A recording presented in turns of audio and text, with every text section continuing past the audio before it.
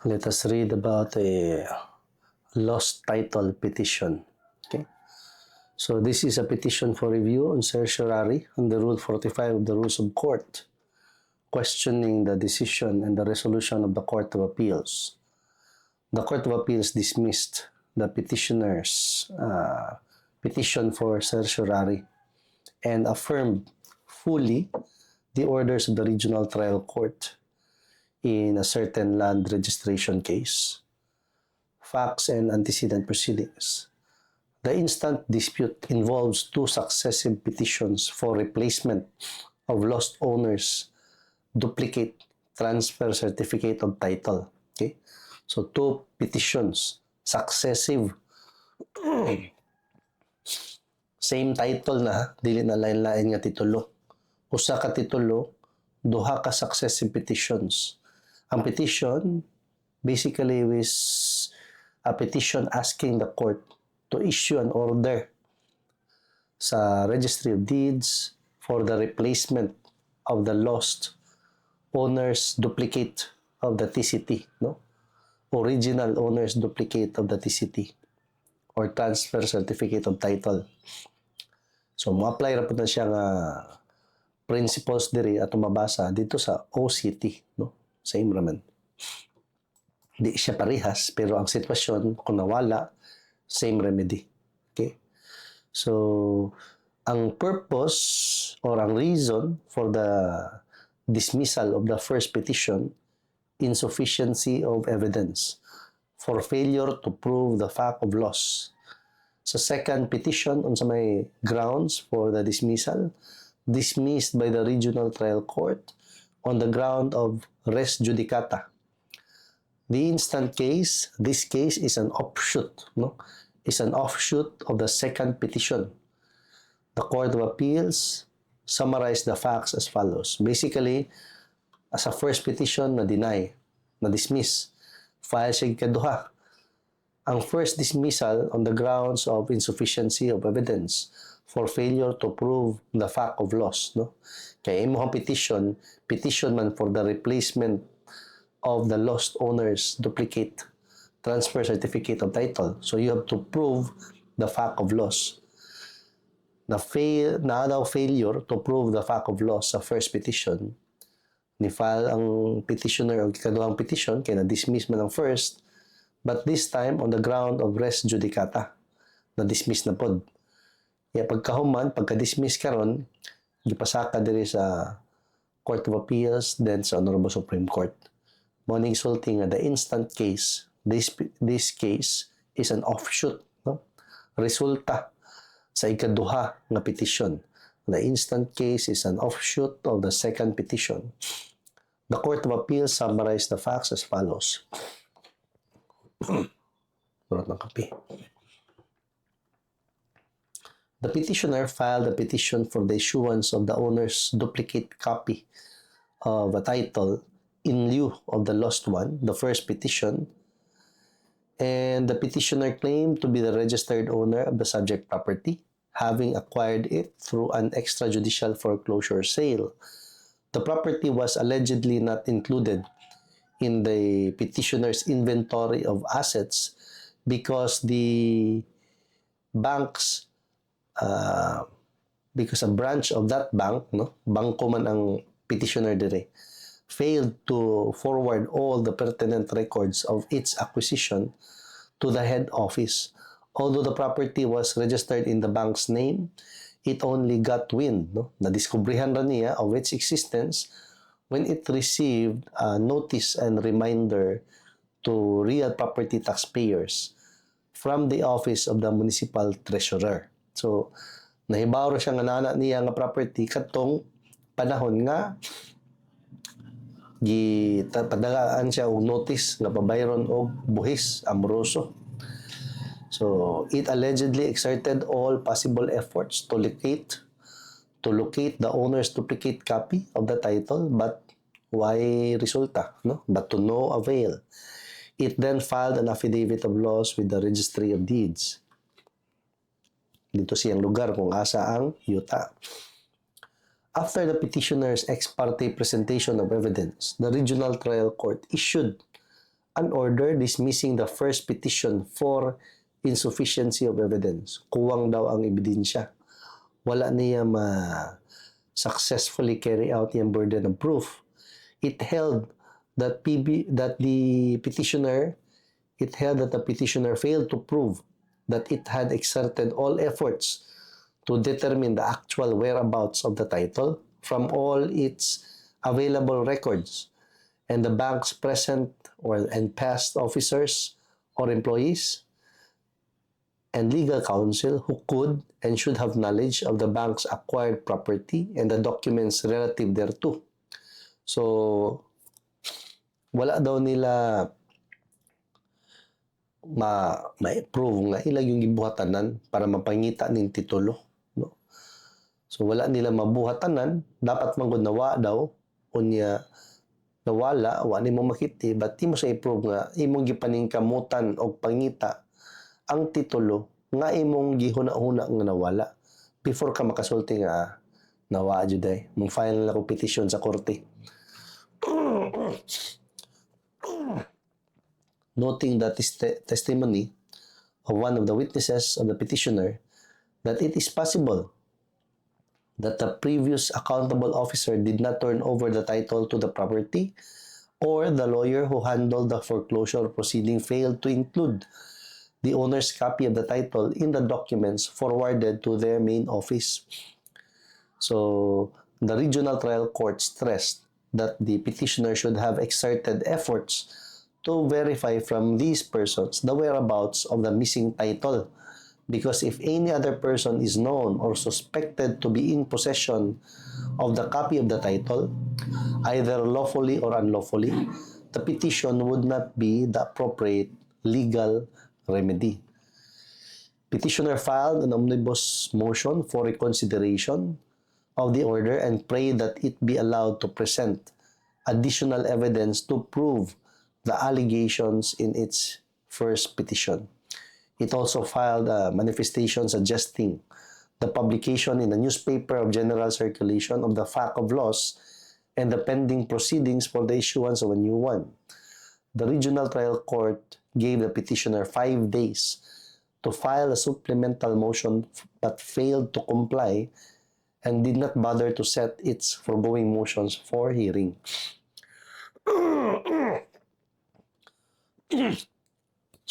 Thus, in its order, the regional trial court considered the omnibus motion for reconsideration as well as the manifestation as abandoned. So, awa na ni. Hila na ng gibiyaan. No? Kaya naman sila mo tunga. Wa na sila mo comply. Instead of filing an appeal, imbis nga mo apilar, so, na-dismiss siguro. So, pagka-dismiss, instead nga mag-file o appeal, si petitioner filed the second petition. So, the allegations in the second petition were essentially the same as that contained in the first petition.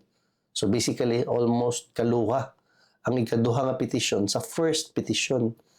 Katong unang petition, wala nila tagda. Kay ipa-file sila og supplemental motion, wala naman sila musipot. Ila siguro una-una, wala ito'y paglaom. Diri lang ta sa ikaduha, file ta balik. Siguro, nangita pa sila og ebidensya nga ma-prove nila nga ilag yung na-exert ang tanan nga effort, no? Nga na ba? So, sa ilang ginahuna, wata kabalo. File na sa ikaduha. So, later, the regional trial court dismissed the second petition. Motu proprio, meaning automatic. Ang korte dismiss. Walay motion coming from the adverse party, if there is any. No? So, on the ground of res judicata. Unsa man ang ground of res judicata? Ato na istoryaan later, ha? As the first petition was dismissed for insufficiency of evidence and adjudication on the merits, the regional trial court held that the second petition involving the same parties and cause of action was barred by prior judgment. Petitioner sought reconsideration of the aforementioned order, which was, however, denied. So, ni-file sila of motion for reconsideration, pero na-denied ang ilang motion, ilang MR. It then filed a notice of appeal, which it later withdrew. Thereafter, it filed a petition for certiorari with the Court of Appeals. So, ni-file yun din sila ang notice of appeal, no? Mga tayo usual nga remedy ba? Ilang gi-withdraw? File sila lahos petition for certiorari with the Court of Appeals. Mo siguro na procedural issue diri. Claiming that the respondent judge therein committed grave abuse of discretion. First, in dismissing the second petition on the ground of res judicata. Second, in dismissing without first determining whether the evidence presented in the first petition was identical to the evidence intended to be presented in the second petition. Muna nag-file sila sa second petition karon makuha na ni mo gamay anong wa na malas lang mo comply dito sa supplemental nga motion or katong mga gipadungag sa first petition, no, mga required supplements in the first motion ay in the first petition. So nasa mga gidungag nga mga ebidensya, siguro daghan og pang-usab sa mga evidence, same mga allegation, daghan gidungag nga ebidensya, ni file na sila og another petition.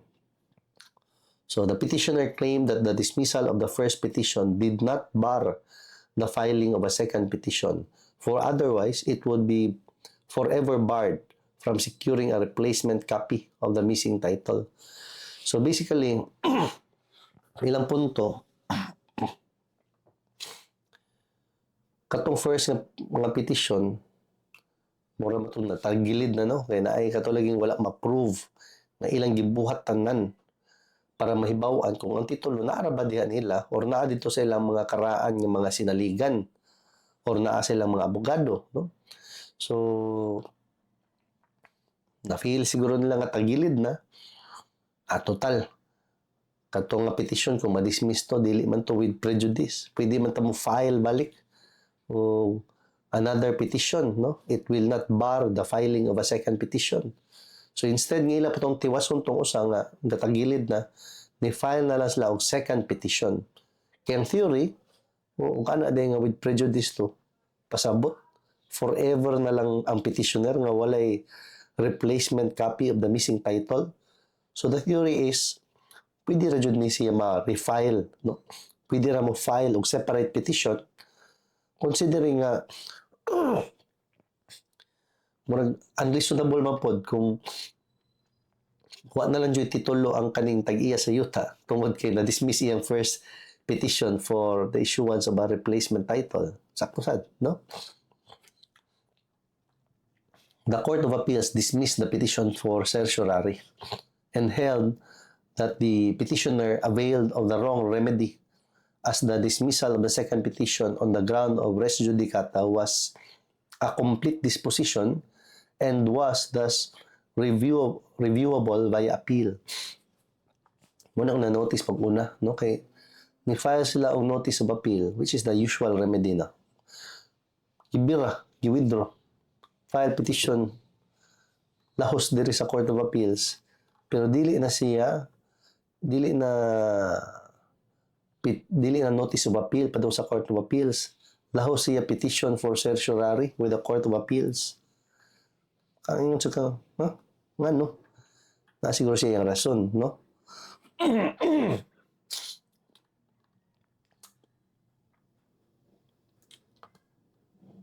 Okay. Nawala ko. Okay. So, si petitioner, according to the Court of Appeals, availed of the wrong remedy as the dismissal on the second ground or on the second petition on the ground of res judicata was a complete disposition and was thus reviewable via appeal. So, dili siya interlocutory order, no? So, dapat appeal na siya, dili na siya certiorari.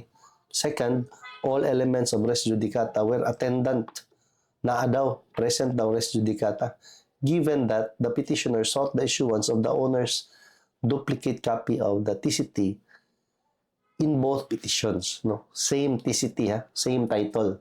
Ang iyang hangyo sa korte nga muhatag og order for the issuance of a owner's duplicate copy in lieu of the lost one, no? May tato og lahi nga titulo na pod ang iyang gipailan og petition sa ikaduha, why issue?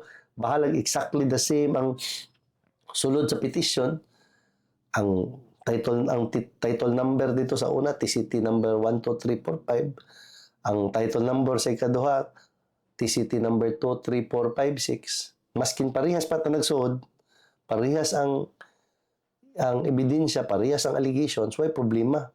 Pero kani kay lahi, same manggod ang titulo sa first o sa second. Basically, ang theory ni petitioner, kung ma-dismiss nung una, pwede ra jud ni ma-refile. Kay kumusulti ka nga, di pwede ma-refile, pasabot, forever nang walay titulo si petitioner, no? Ano to? Petitioner thus filed the instant petition under Rule 45 of the Rules of Court, alleging, among others, that the rules of court and the concept of res judicata do not apply to land registration. Second, and it availed of the correct remedy. In its comment, the respondent Register of Deeds, through the Office of the Solicitor General, argued that the Regional Trial Court correctly dismissed the petition on the ground of res judicata. Second, the petitioner availed of the wrong remedy. The issues pending before the court, before the Honorable Supreme Court, may be summarized as follows. First, whether the petitioner availed of the correct remedy to challenge the dismissal of the second petition. Second, whether the Regional Trial Court correctly dismissed the second petition on the ground of res judicata. Kaning kasuha, bago ko ni. Di pa kayo nikaraan. So imagine na, ani nga issue at this time, medyo novel pa siguro di ay. No?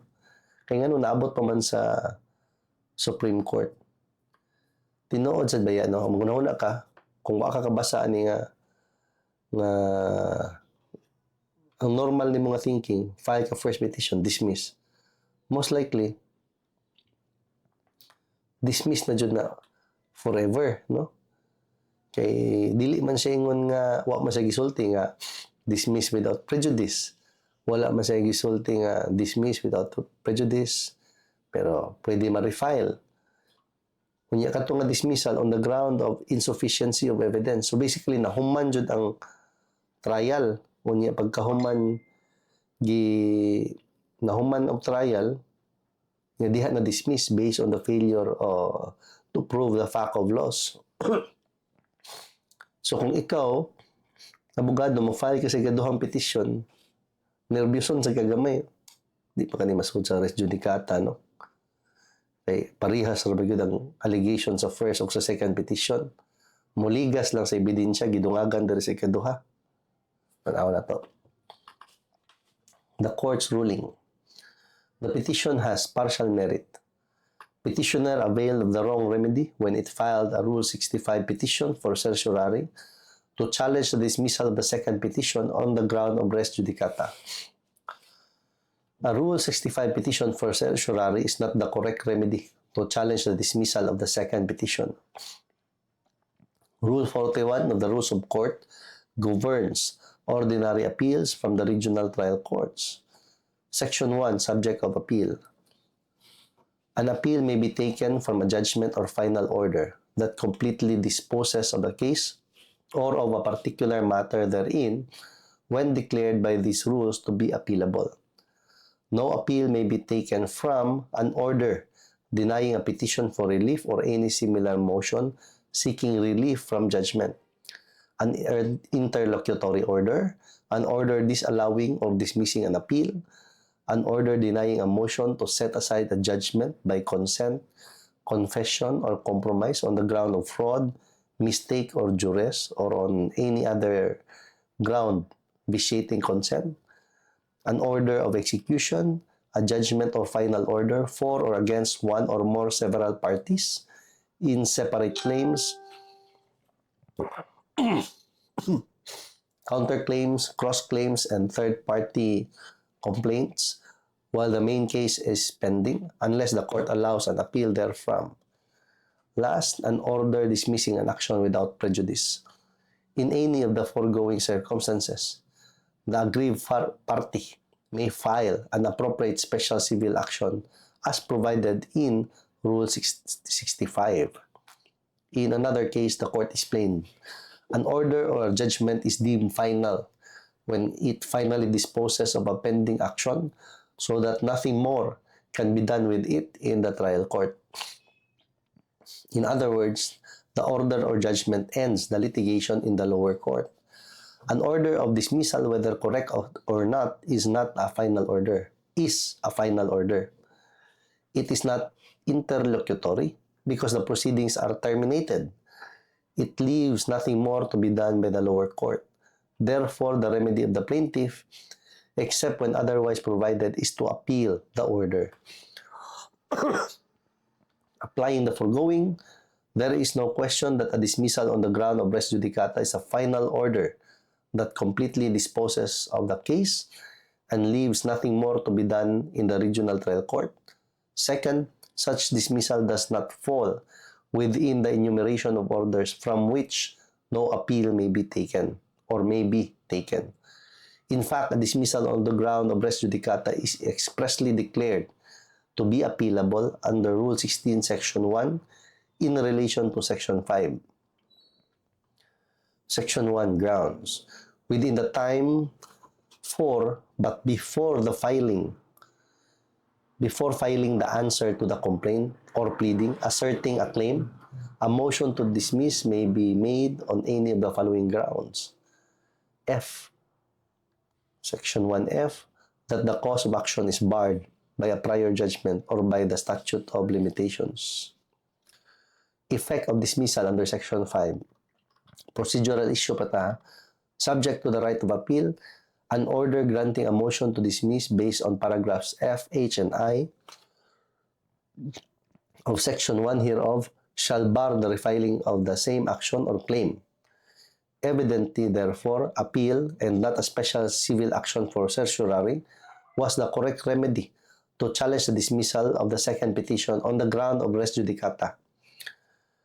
In another case, the Honorable Supreme Court unequivocally stated that if the reason for the dismissal is based on paragraphs F, H, or I, or res judicata, prescription, extinguishment of claim or demand, or unenforceability under the statute of frauds, the dismissal under Section 5 of Rule 16 is with prejudice, and the remedy of the aggrieved party is to appeal the order granting the motion to dismiss.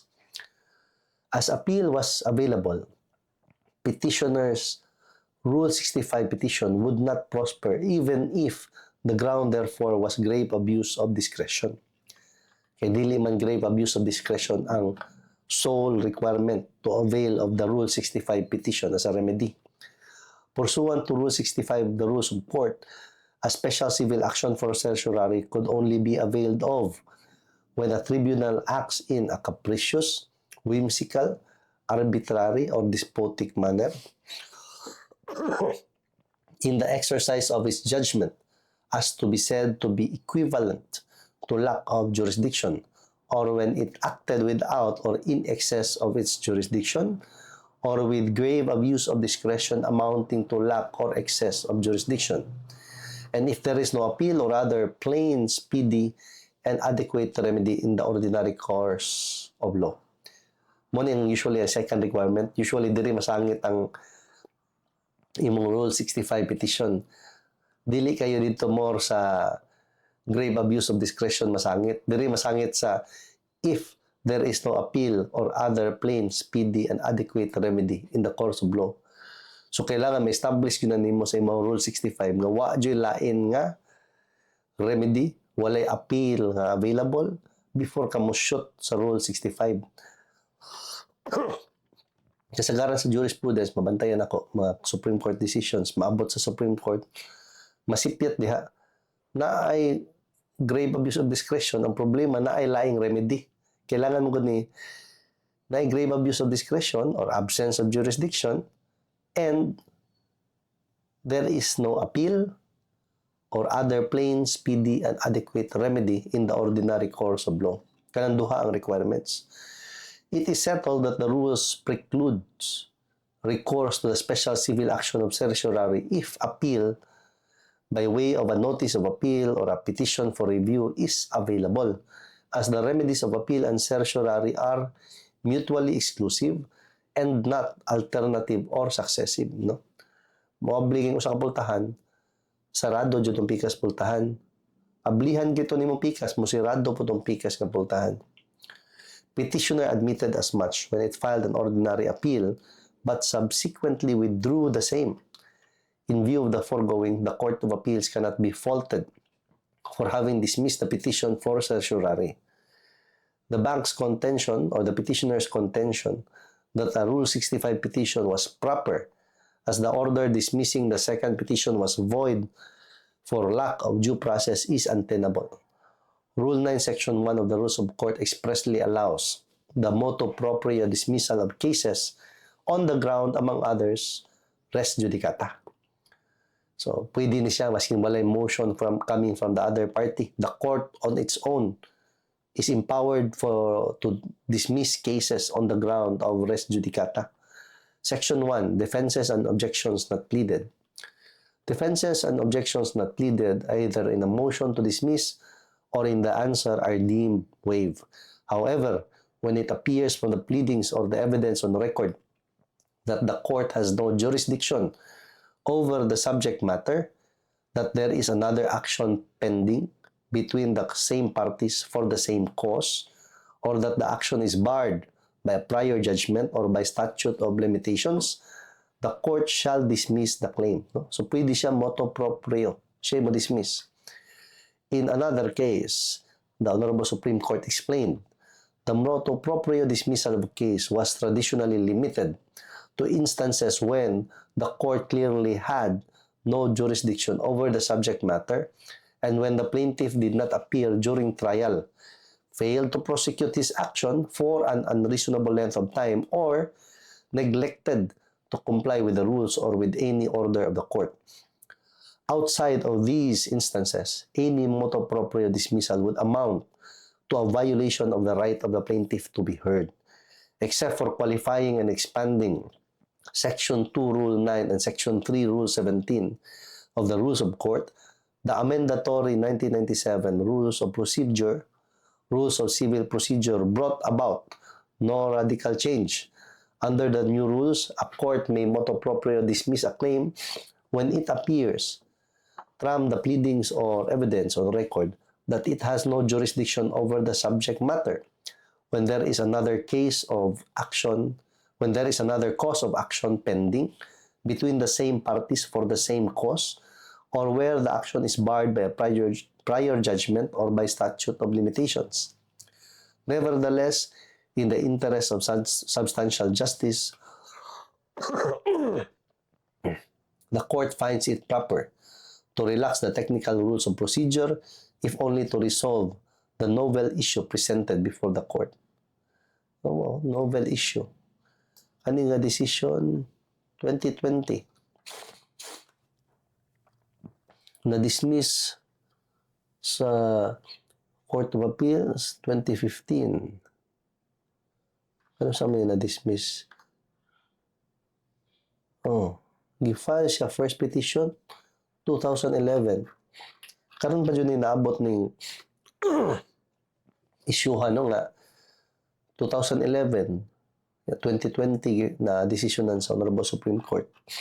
Duha ka petition na dismiss ang una on the ground of failure to prove the fact of loss or insufficiency of evidence. Second petition, gidismiss on the ground of res judicata. Kaya instead of iya tong i-appealar ang iyang first petition nga na-dismiss, ni-file man siya og second petition na lang. No? So, tanaw na to. Nanata sa exciting part. Kay sa iyo pang remedy. Kay gi-file mo niya notice of appeal, iyang i-withdraw. Pagka man yung withdraw, file siya petition for certiorari under Rule 65. Ang problema sa certiorari, duha mo requirement. Usually sa second ka masangit. There must be grave abuse of discretion amounting to lack of jurisdiction. Unya, or completely absent no ang jurisdiction. But na yung second requirement, there must be no appeal or no other plain and speedy remedy. So, nasipyat siya sa procedure, pagsaka, i-anticipate siguro niya nga, since novel man ang issue, i-relax ra ni ang procedural issue. Pero, mara gyapon, no? Yagi mo siya gyapon sa Court of Appeals. May tatong nilaho siya sa Supreme Court. So, iyan ang giusab ang remedy. Imbis nga notice of appeal, gihimo niya ang petition for certiorari under Rule 65. Instead of notice of appeal to the Court of Appeals, iyang giilisan og Rule 65 to the Court of Appeals. Notice of appeal is, kung ako masayop, Rule 41. Padung siya sa Court of Appeals. Iyang gi-withdraw. Giilisan niya Rule 65, petition for certiorari. Pero Court of Appeals gyapon. Anyway, so, ingon ng court, Honorable Supreme Court, sayop to nga remedy. Dapat Rule 41, notice of appeal. Okay? Pero, maskin sayop to, in the interest of substantial justice, the Honorable Supreme Court finds it proper. Siya aangay na lang nato ni nga tukion kay first time para ba ni naabot nga issue. So, ato ning tubagon para ang mga abogado nga kasunod mag-guided sa decision, no? Kay madesisyon na naman nga issue. Panahon na to unsa na ang unod, no? Mao man ni ang importante nga part. A registered owner who fails to prove the loss or destruction of his or her owner's duplicate certificate of title may not be barred from refiling a new petition to replace the same. It is a fundamental principle in land registration that the certificate of title serves as evidence of an indefeasible and incontrovertible title to the property in favor of the person whose name appears therein. It is conclusive evidence with respect to the ownership of the land described therein. Indeed, the bedrock of the torrent system is the indefeasibility and incontrovertibility of a land title where there can be full faith reliance thereon. Verily, the government has adopted the torrent system due to its being the most effective measure to guarantee the integrity of land titles and to protect their indefeasibility once the claim of ownership is established and recognized. To the registered owner, the torrent system gives him complete peace of mind in theory, no? In order that he will be secured in his ownership as long as he has not voluntarily disposed of any right over the covered land. On the part of a person transacting with a registered land, like a purchaser, he can rely on the registered owner's title, and he should not run the risk of being told later that his acquisition or transaction was ineffectual after all, which will not only be unfair to him, but will also erode public confidence in the system and will force land transactions to be attended by complicated and not necessarily conclusive investigations and proof of ownership. In other words, ownership of registered land is evidenced by the certificate of title, which is indefeasible and incontrovertible. PD 1529 or Presidential Decree number 1529, otherwise known as the Property Registration Decree, mandates the issuance of this certificate of title in duplicates, kaluha, the original certificate of title, which is either an original certificate of title or TCT, to be kept by the Register of Deeds. Atong tawagan na ang kanang Register of Deeds copy, no? Original duplicate title copy of the Register of Deeds. Yan na po original duplicate title copy of the owner, no?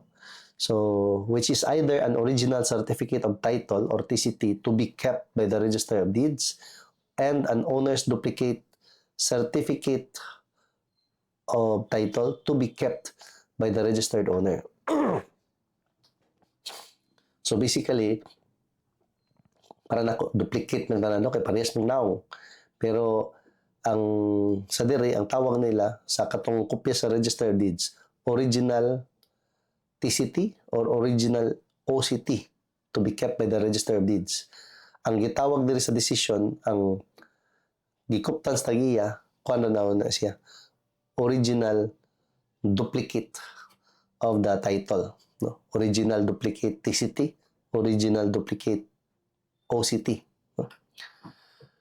Chapter 4, Certificate of Title. Atong basahon ang Section 39 sa PD 1529, Preparation of Decree and Certificate of Title. After the judgment directing the registration of title to land has become final, the court shall, within 15 days from entry of judgment, issue an order directing the commissioner to issue the corresponding decree of registration and certificate of title.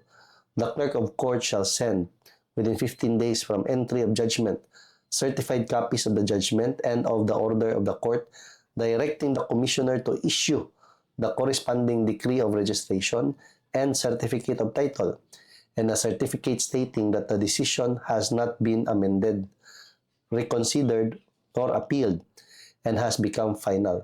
Thereupon, the commissioner shall cause to be prepared the decree of registration as well as the original and duplicate of the corresponding original certificate of title. The original certificate of title shall be a true copy of the decree of registration. The decree of registration shall be signed by the commissioner, entered and filed in the Land Registration Commission.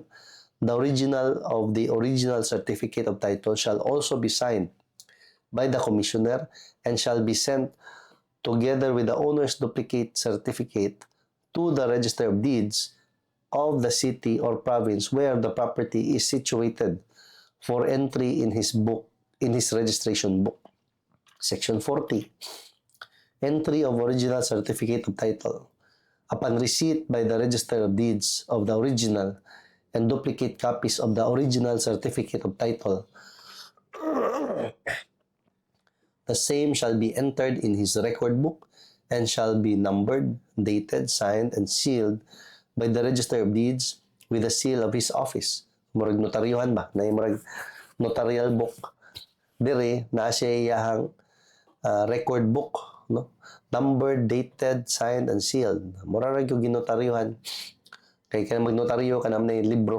Nga, diha ni mo notarial register. Diha ni mo record na ni mo ginotaryuhan.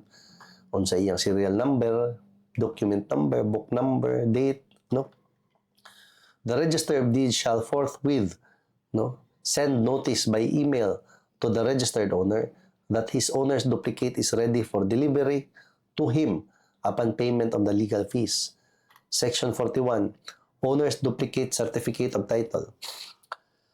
The owner's duplicate certificate of title shall be delivered to the registered owner or to his duly authorized representative.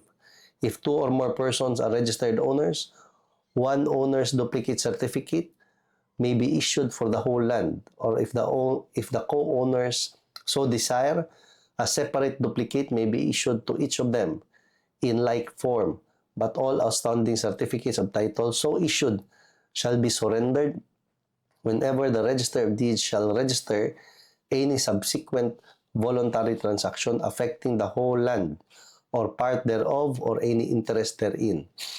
The Register of Deeds shall note on each certificate of title a statement as to whom a copy thereof was issued.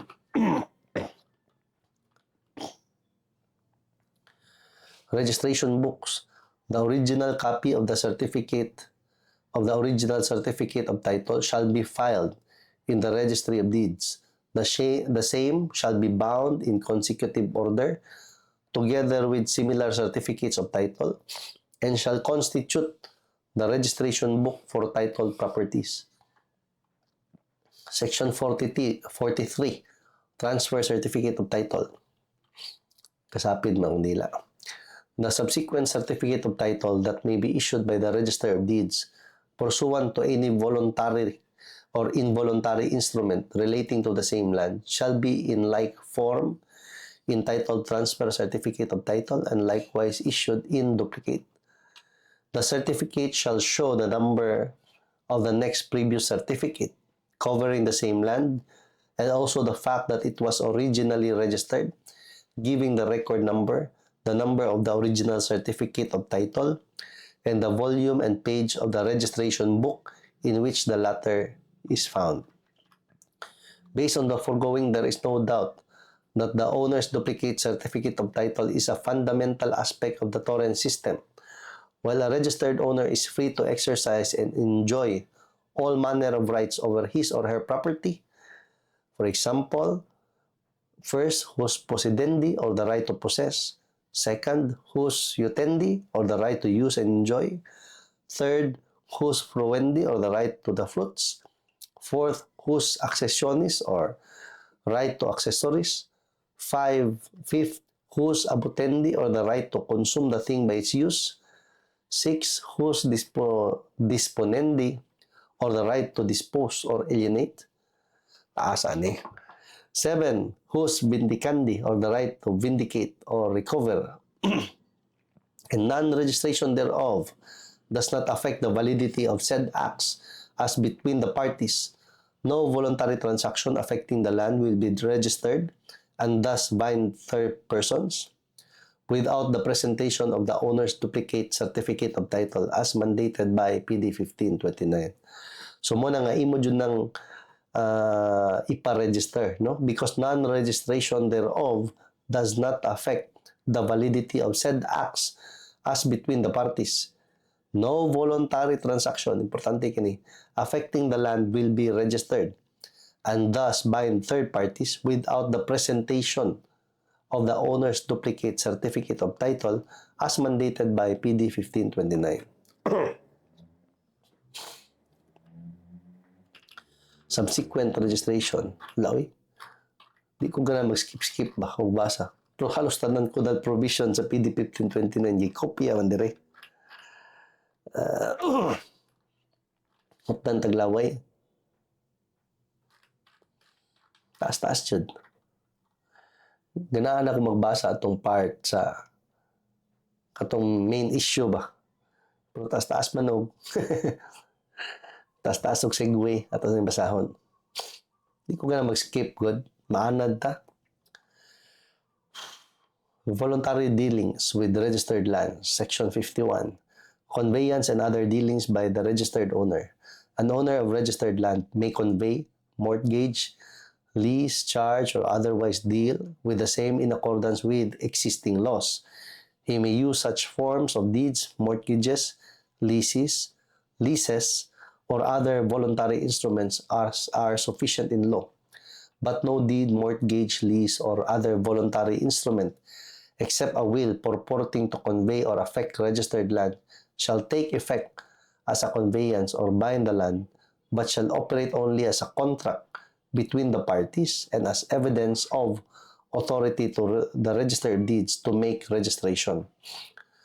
The act of registration shall be the operative act to convey or affect the land insofar as third persons are concerned, and in all cases under this decree. The registration shall be made in the office of the Register of Deeds for the province or city where the land lies. Section 52. Constructive notice upon registration. Every conveyance, mortgage, lease, lien, attachment, order, judgment, instrument, or entry affecting registered land shall, if registered, filed or entered in the office of the Register of Deeds for the province or city where the land to which it relates lies, be constructive notice, pahibalo, no, to all persons from the time of such registering, filing, or entering. Section 53. 53 na 54. 54 lang ko to. Presentation of owner's duplicate upon entry of new certificate. No voluntary instrument shall be registered by the Register of Deeds unless the owner's duplicate certificate is presented with such instrument except in cases expressly provided for in this decree or upon order of the court for cause shown. The production of the owner's duplicate certificate, whether any voluntary instrument, dili involuntary ha, is presented for registration shall be conclusive authority from the registered owner to the Register of Deeds to enter a new certificate or to make a memorandum of registration in accordance with such instrument, and the new certificate or memorandum shall be binding upon the registered owner and upon all persons claiming under him in favor of every purchaser for value and in good faith. In all cases of registration procured by fraud, the owner may pursue all his legal and equitable remedies against the parties to such fraud without prejudice, however, to the rights of any innocent holder for value of a certificate of title. After the entry of the decree of registration on the original petition or application, any subsequent registration procured by the presentation of a forged duplicate certificate of title or a forged deed or other instrument shall be null and void. Section 54. Dealings less than ownership, how registered. No new certificate shall be entered or issued pursuant to any instrument which does not divest the ownership or title from the owner or from the transferee of the registered owners. All interests in registered land less than ownership shall be registered by filing with the Register of Deeds the instrument which creates or transfers or claims such interests, and by a brief memorandum thereof made by the Register of Deeds upon the certificate of title. I-annotate ra. Ilista ra dito. Dili cancel ang existing title. Pero himuon siya nga lista ba? Marag lista dito mga encumbrance.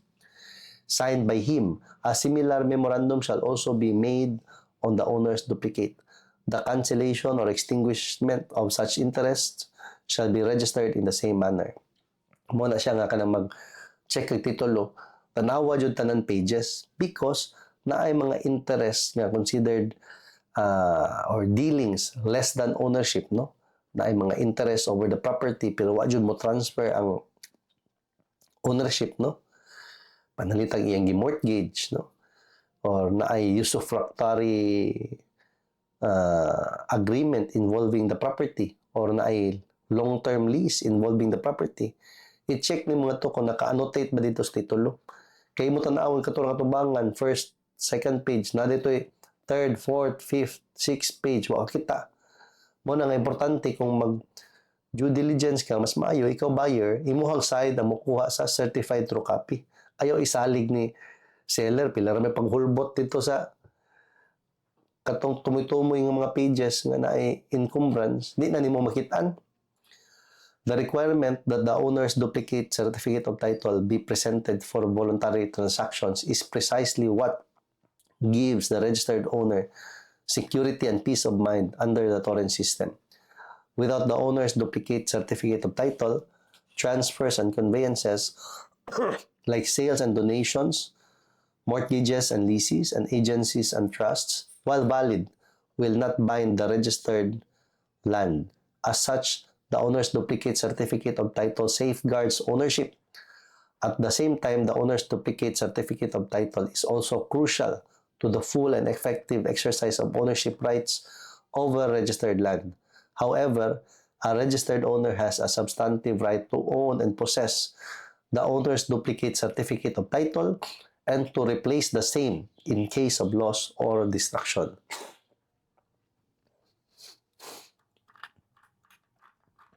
Sorry.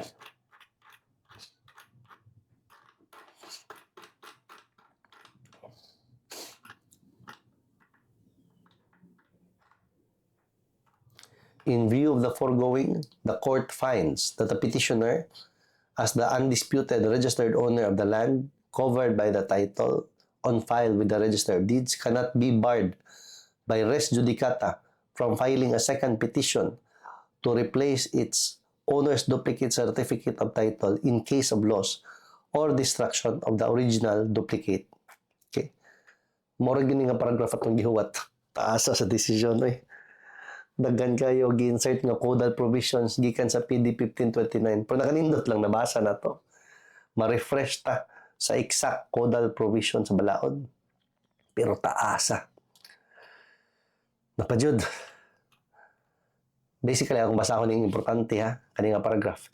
In view of the foregoing, the court finds that the petitioner, as the undisputed registered owner of the land covered by the subject TCT, Transfer Certificate of Title, on file with the Register of Deeds, the petitioner cannot be barred, walay res judicata, cannot be barred by res judicata from filing a second petition to replace its owner's duplicate certificate of title in case of loss or destruction of the original duplicate.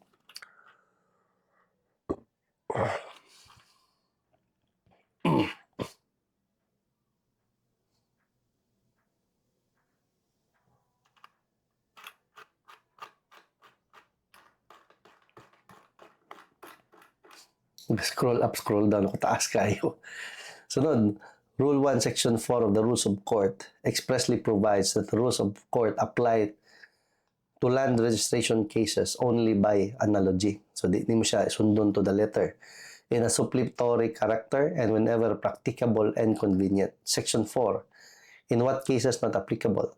These rules shall not apply to election cases, land registration, cadastral, naturalization, and insolvency proceedings, and other cases not herein provided for, except by analogy or in a suppletory character, and whenever practicable and convenient. As already explained, the nature and purpose of the torrent system and the absolute indispensability of the owner's duplicate certificate of title mandates that the court give primacy to the registered owner's substantive right to process and accordingly to seek a replacement of an owner's duplicate certificate of title that has been lost or destroyed. When there is a right, there must be a remedy. Kung naay katungod, niya kini ma-affected, ma-prejudice, or ma-violated, dapat naay remedyo. Although admittedly, it is to the interest of the public that there should be an end to litigation by the same parties and their previous over a subject once fully and fairly adjudicated, it would be extremely impracticable, inconvenient, and unjust to perpetually preclude the registered owner from registering any voluntary transaction, for example, a sale, donation, mortgage, lease, on his or her land simply because he or she failed to prove to the satisfaction of the court that he or she in fact lost his or her title. If the court were to uphold the dismissal of the second petition on the ground of res judicata, petitioner would be left with no other remedy under the law to exercise full ownership rights over its own property. This finds more importance in this case because the petitioner is a bank and is thus bound to comply with Section 51 of the Republic Act 8791 or the General Banking Law. Section 51, sabi ni, sealing on investments in certain assets.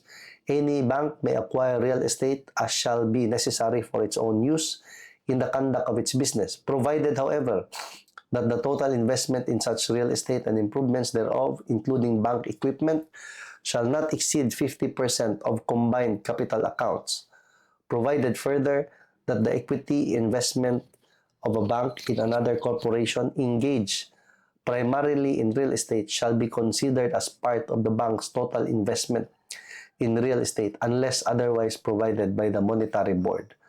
Section 52, acquisition of real estate by way of satisfaction of claims. Notwithstanding the limitations of the preceding section, a bank may acquire, hold, or convey real property under the following circumstances. 52.1, such as shall be mortgaged to it in good faith by way of security for debts. 52.2, such as shall be conveyed to it in satisfaction of debts previously contracted in the course of its dealings. Or 52.3, such as it shall purchase at sales under judgments, decrees, mortgages, or trust deeds held by it, and such as it shall purchase to secure debts due it.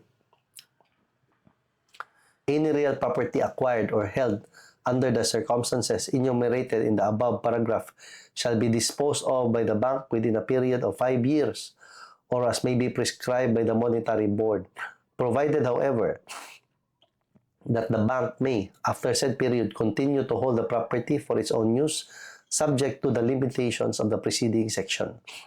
In other words, sustaining the dismissal and upholding the applicability of res judicata in the instant case would not only perpetually prevent the bank petitioner from registering any voluntary transaction over the parcel of land, but also perpetually prevent it from complying with its obligations under the general banking law.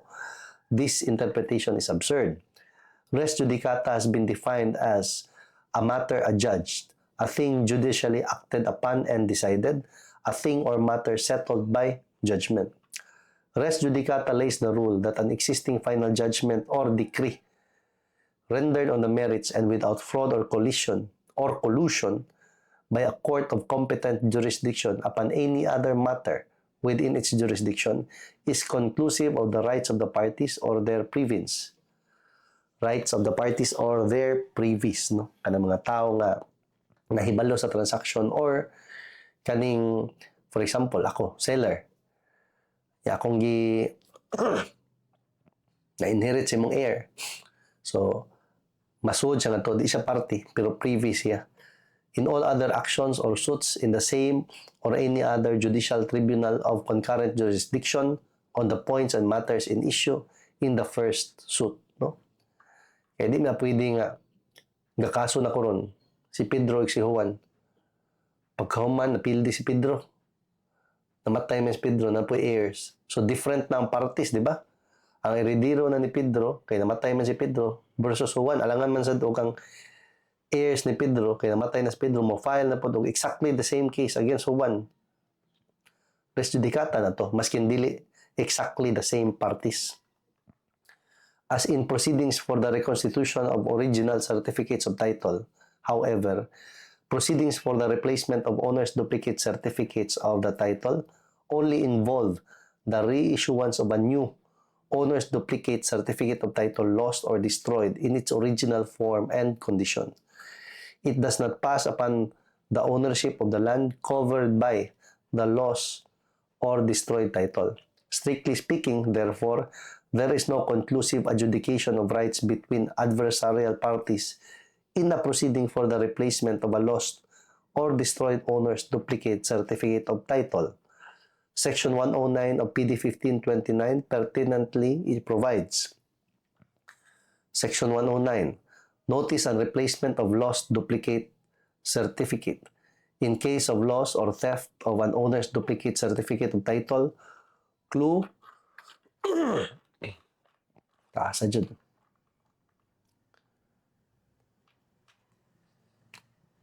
Clue, notice, nasayo pong type.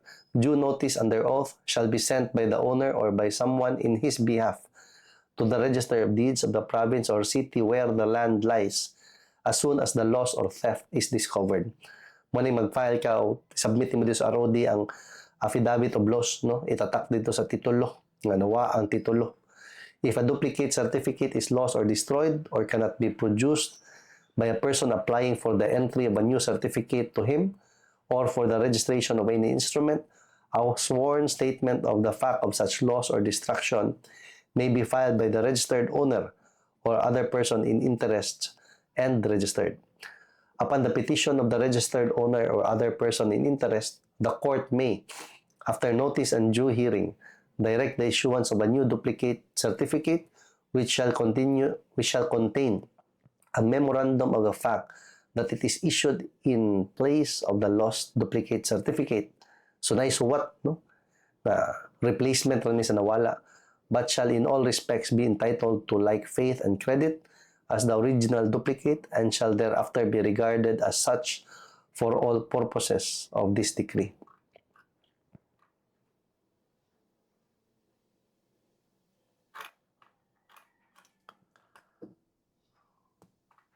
So, wherefore the petition is granted, Court of Appeals decision and resolution are hereby set aside. Petition for replacement of the lost owner's duplicate is hereby reinstated. The Regional Trial Court is hereby directed to hear the petition with immediate dispatch. So ordered. Basically, nakadaog diri si petitioner only nga walay res judicata sa katurang nga issue. Pagka-decide nga walay res judicata, gibalik dito sa Regional Trial Court, padayon pa to ilang proceedings for the presentation of evidence to prove the fact of loss. Dili pa niingon nga pagkahuman na ning desisyon sa Supreme Court, mugawas na ilang titulo. Dili. Nag-abot lang diri sa Supreme Court para madesisyonan whether naabay res judicata, which is a basis for the motu proprio dismissal by the court, or wala. Since na-desisyonan nga wala, gibalik na nato from the Honorable Supreme Court to the Regional Trial Court o gisugo si Regional Trial Court to proceed, no? To proceed to hear the petition with immediate dispatch. So papadayunon to petition for the issuance of new owner's duplicate title in lieu of the lost one to replace the lost copy. Unya mo padayon pa sila dito. Whether ma-prove nila dito ang fact of loss or dili, o matakabaw. Wala na diri. Ang gilalisan diri whether naabay res judicata or wala. No? Nilukso jud ko guys kaya na ko ilakaw. Na pa ko'y meeting. Ako na lang yung gipotol ang decision. Total gabaw naman ta nga why res judicata. Ato lang yan yung balikon sa sunod nga video. Ha? Bye.